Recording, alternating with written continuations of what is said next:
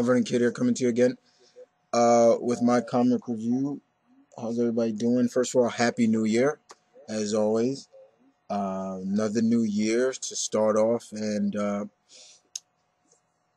let's see where this year goes, right? All right. So I'm going to give you the review for the last books that came out for 2011. First and foremost, a new thing that will be coming to my reviews. Give a shout out to one person, show some love as well, help them as well. And the first person I'm going to give a shout out to this time is a new friend, new subscriber. His name is Sick Rick Joseph. Check out his page, subscribe to him, give him some love. You know what I'm saying? You'll like him. So let's get to the comics, shall we? So got a few DC and pretty much the rest are Marvel. So we're gonna kick it off with DC first.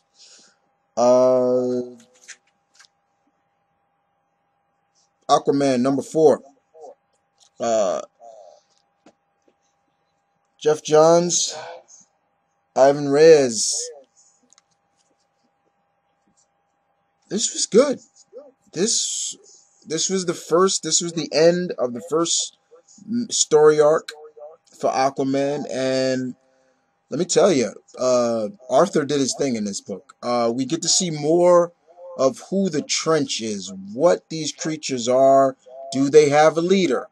Why are they doing this? Are the people they kidnapped, are they still alive? We get that answered in this. Now, not spoiling too much, but we get to see the queen actually of these creatures, and let me tell you, she's big. And yeah, it was good. Nonetheless, it was really good. I'm not going to spoil too much for you guys, but Aquaman has been coming along very good, and the next story arc is really supposed to be something really special, with the fact they're supposed to explain what happened to Atlantis, who sank Atlantis, and I'm looking forward to seeing what they do with that. But yeah, #4 of Aquaman, very good, very good indeed. Next up, Batman, The Dark Knight, #4. Okay, this one was kind of weird at a point.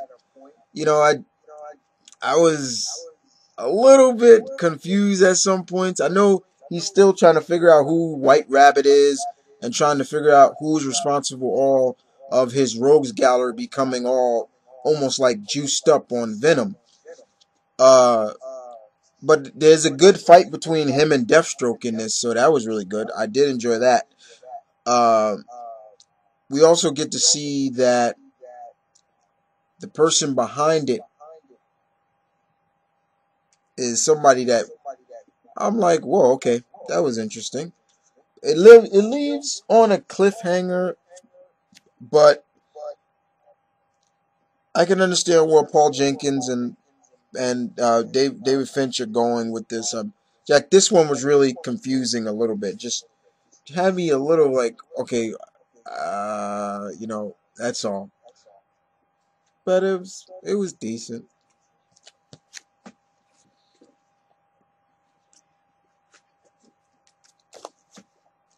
Flash, #4. All right, when we last left off on Flash in #3, we seen him get shot. The fastest man alive was shot. What's up with that? Well, unfortunately, it didn't happen. This issue was a bit on the dialogue side. There was a lot of dialogue in this. Wasn't too much action, but heavy on the dialogue. It was really the focus on who Barry's friend is and what does he do for a living and who this new group of mob rules are and things like that. But yeah, it was a bit on the dialogue. I was really kind of, you know, I wouldn't say confused, but it just like, a little more action. You know what I'm saying? But it was okay. Barry did explain how he was able to survive the gunshot pretty much, but yeah, just a little bit on the dialogue. So, but I'm still can't wait, and I still waiting for Jones until they reintroduce the Rogues with their new abilities, because like I said, it seems that Captain Cold is gonna have now cold powers. I want to see how Weather Wizard and Mirror Master and all those other guys are gonna look like come issue number 7. But yeah, if you're still on board with Flash, stay on it.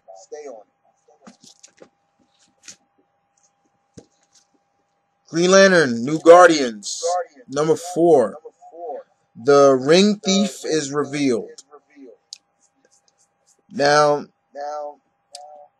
if you've been reading Green Lantern, New Guardians, the other rings from the other corps basically came to Kyle. And members of that corps basically came after Kyle. Now, this issue kind of reveals who is responsible for that. And Lars Flees actually knows a little bit of who it is. So, kind of gives it away, like, wow, the Agent Orange knows. It was fun. This was a fun read. It wasn't that bad. It was a lot of action involved. Got to give Tony Bedard credit on this. Saints Walker basically heals the I'm forgetting the Sinestro Corp member. He gives him back his tongue so he can talk again. I'll spoil that for you. Kyle has a big monologue with Ganthed, and he talks about how, Ganthed was like a father to him and everything like that. And what the Guardians did to him is he can't, he can't cope with that, But yeah, it's still a good read. And it's supposed to really get more into who's responsible for it. It just tells you where this person is, but they don't show him or her or it. You know what I'm saying? But it was okay. All right. Superman number 4. All right. The aliens that Superman has been fighting in the first 3 issues are kind of revealed, and why they are attacking Superman and who created them. Now, I'm not going to spoil who that is, who the creator is, because it's kind of a shocker, but it leaves you mind-blown, like, what? Like, okay, where are they going with this? You know what I'm saying? And that was the major point of this book. Is like that ending gives you a sense of like, where are they going with this? That gives you a way of saying, okay, I'm more invested now into why these 3 aliens are coming after Superman, and so on and so forth. You know what I'm saying? But yeah, this definitely gets a little more better thumbs up, in my opinion. This is just my opinion. But yeah. And the last DC book, guys, Teen Titans, number 4. Superboy, Wonder Girl, smack down in Times Square. Yeah, this book takes place on New Year's Eve, Times Square. Wonder Girl is in disguise, and she's being followed and watched by Superboy. While the other members are in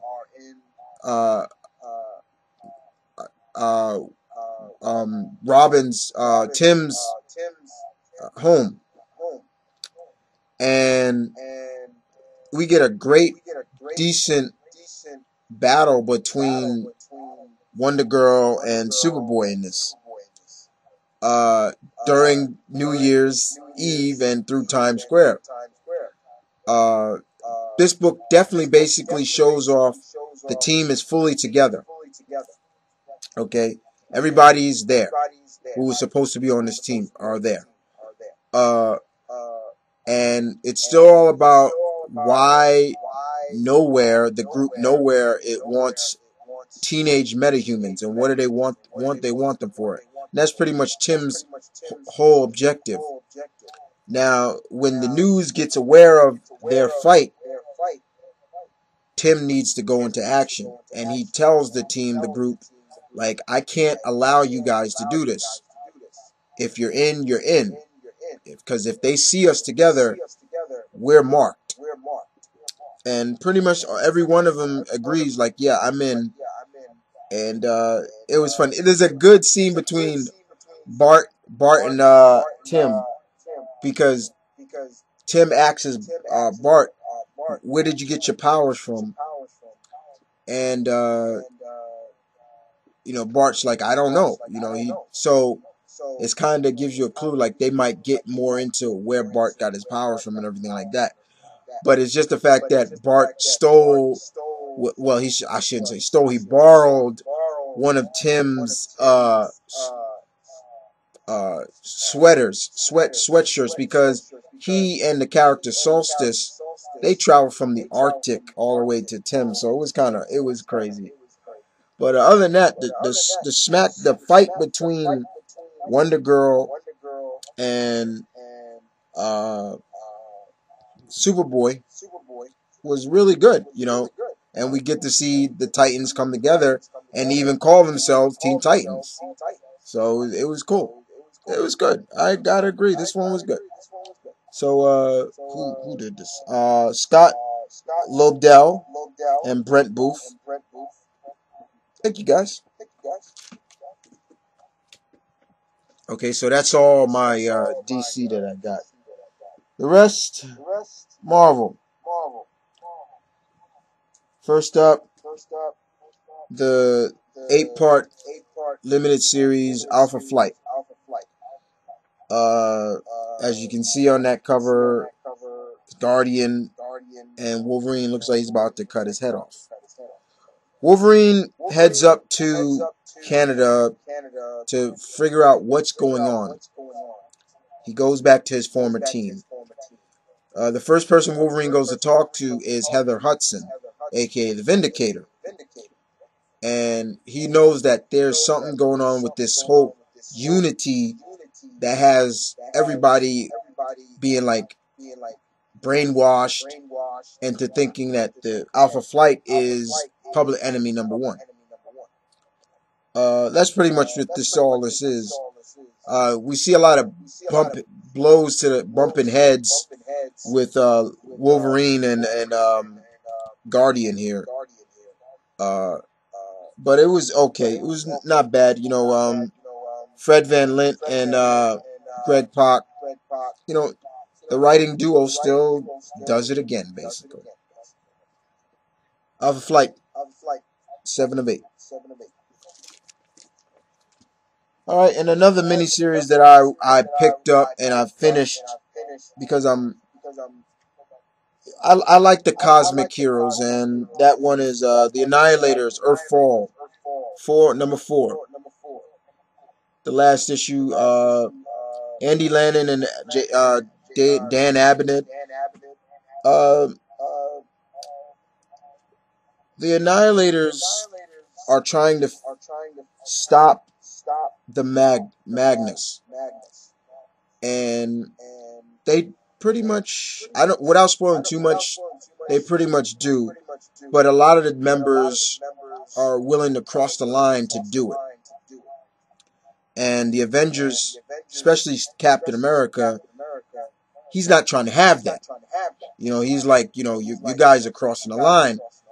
And other than that, Ronan the Accuser, says if we can't stop this guy, then he brought in an armada of robots from the Creed armies to basically wipe out Earth. And once again, like I said, Steve, he's not really having that, But without spoiling too much, matter of fact, let me just put it like this. Do they save the day? Yes.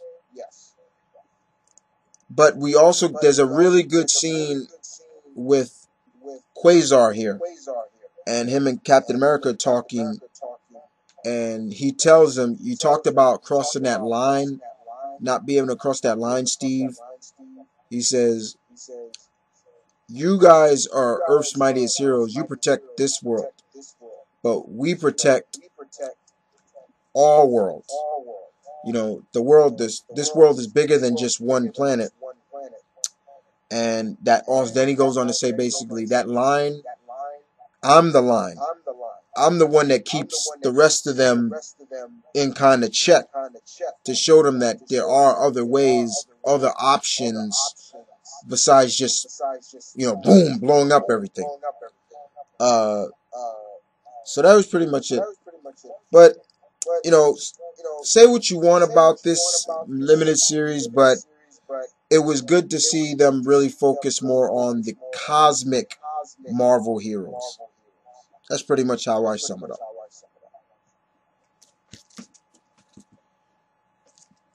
Alright, coming down to the wire. 2 more issues before they cancel this. They stop print of this book. Black Panther. Most dangerous man alive.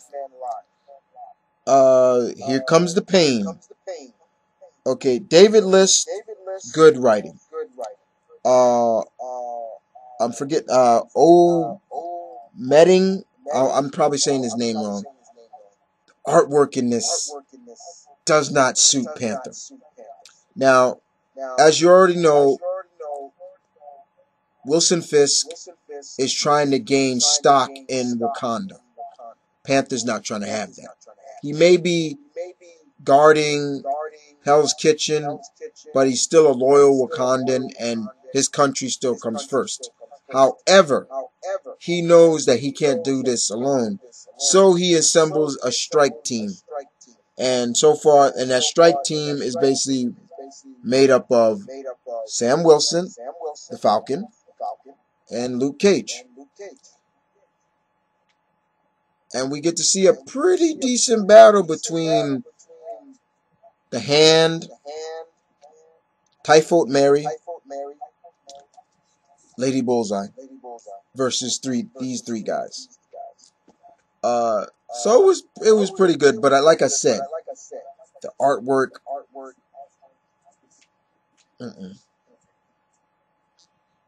but still good. Cliffhanger at the end of this book, what Wilson Fisk kinda executes is crazy.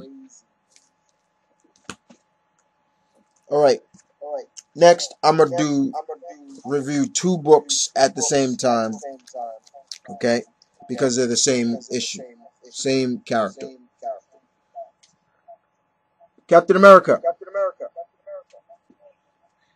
issue 5, issue 6. Okay, 5 basically ends the story arc, the first story arc. Steve is trapped in another world where this guy, Agent Bravo, is. He used to work with Steve during the war. He got trapped in a alternate universe, which kind of slowed down his aging. And he feels that Captain America is not the all-American hero that he believes him to be. And he's working with Hydra. And in his world, in the alternate world, he basically had the upper hand against Steve. Like he made Steve back into Steve Rogers without the super soldier serum. And it was really good to see that, but it was also good to see that without that, Steve was pretty good at still handling himself. Okay, but it was okay. You know, Steve McNiven's artwork is still good, and Ed Brubaker does a good job. You know, probably one of the best Captain America writers right now. Issue 6, right here. You probably won't see my face. Sorry. Issue 6. Oops, sorry about that. Issue 6, right here, basically picks up right where this issue left off. Steve, his dreams he believes are coming too real. Now we also get to see the likes of Iron Man, Hawkeye, Badrock the Leaper, excuse me, and this new Serpent Society in this book. Pretty good. So, Captain America 5, Captain America 6. If you're a Cap fan, check them out. FF, number 13. Bottom line, guys, this focus all on Franklin. It's just that the artwork,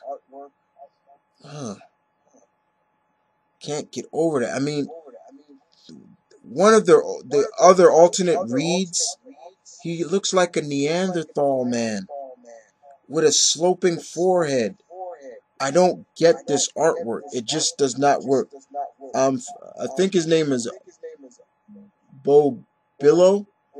That's who draws. I'm sorry, sir, but your artwork just does not work for this book. Not at all. But it was really good to see Franklin kind of cut loose, show off his Omega level mutant powers. That's all I'm going to talk about with that book. Okay. Mighty Thor, number 9. Thor is in this book, and he's along with other gods that have died or so, and they're about to be eaten by this creature known as the Demogorgon, and it kills gods. Loki goes to Donald Blake and tries to ask him, do you remember Thor? Still nobody remembers Thor. Now, for all those that asks who is Tartanerus, as I said, Tartanerus is actually the troll Ulick in disguise. It's a plan conjured up by Carneal and the Troll Society, basically. But we also see, Yonmir come, and Loki's talking to the Silver Surfer, and he's taxing him, and Surfer even asks, who is Thor? And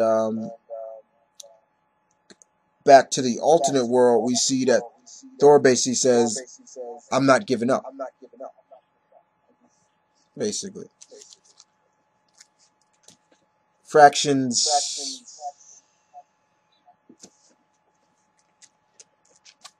Secret Avengers number 20. Warren Ellis and McLeavy, the artist in this book. Basically, this is all focused on one character. You're looking at him. The Secret Avengers are killed, and pretty much Natasha has to go back in time to save them. So basically, it's the Secret Avengers meet any kind of time-traveling movie or book you've ever read. And does she save them? I'm not going to tell you. But this was a very good read. It was really good to see them focus on Natasha, show you how good she really is, and so on and so forth.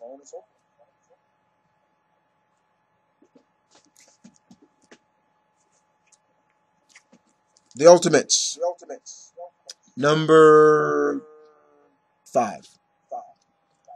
Jonathan Hickman. We realize who the main villain of the Children of Tomorrow is. Reed Richards.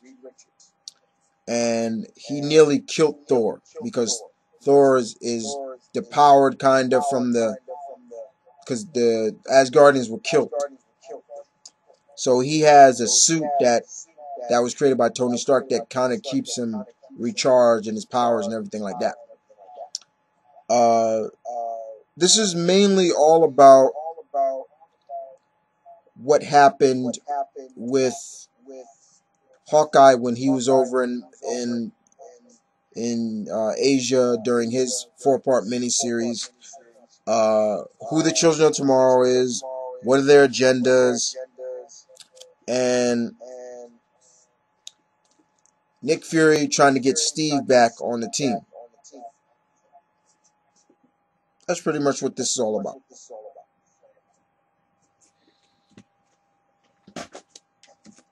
Alright.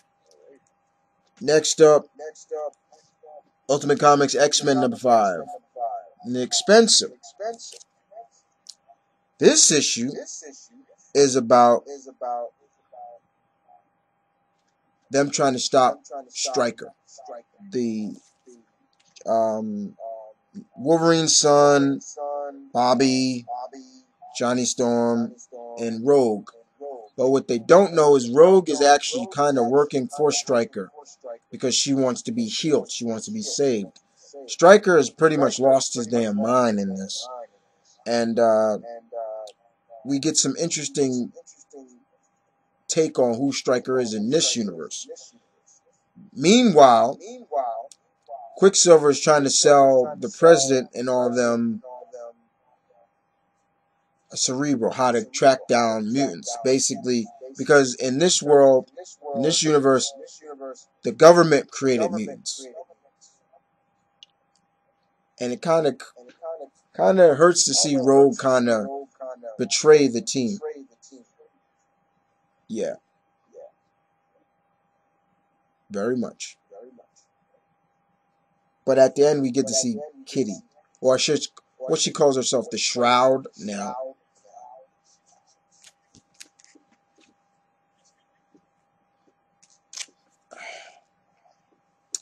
Uncanny X-Men, number 3.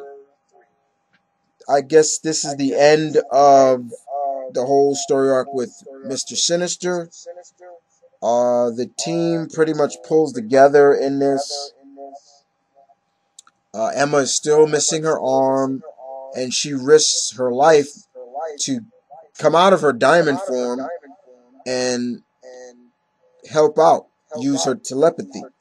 Now, the one thing she did do is tell Namor to hold her, keep from bleeding out, which I gotta give credit to. But it was interesting to see. Also, on the meanwhile, trying to get the head of the Sentinel, that giant sleeping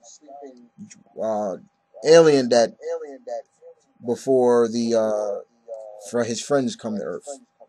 That's pretty much all this is.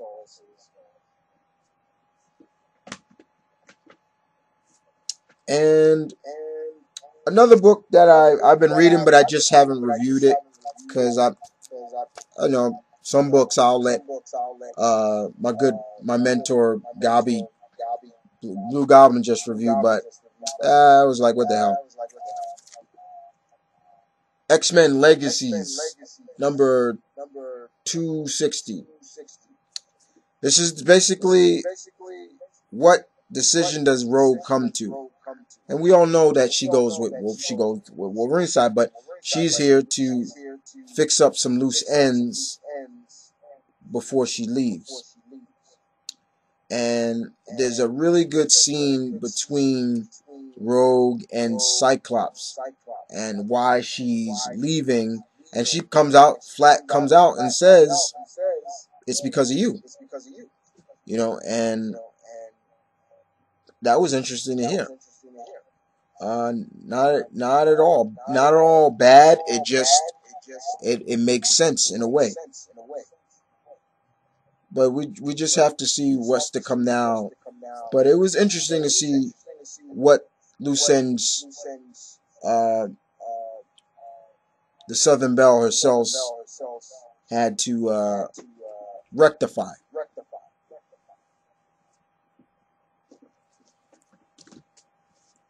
Okay, guys.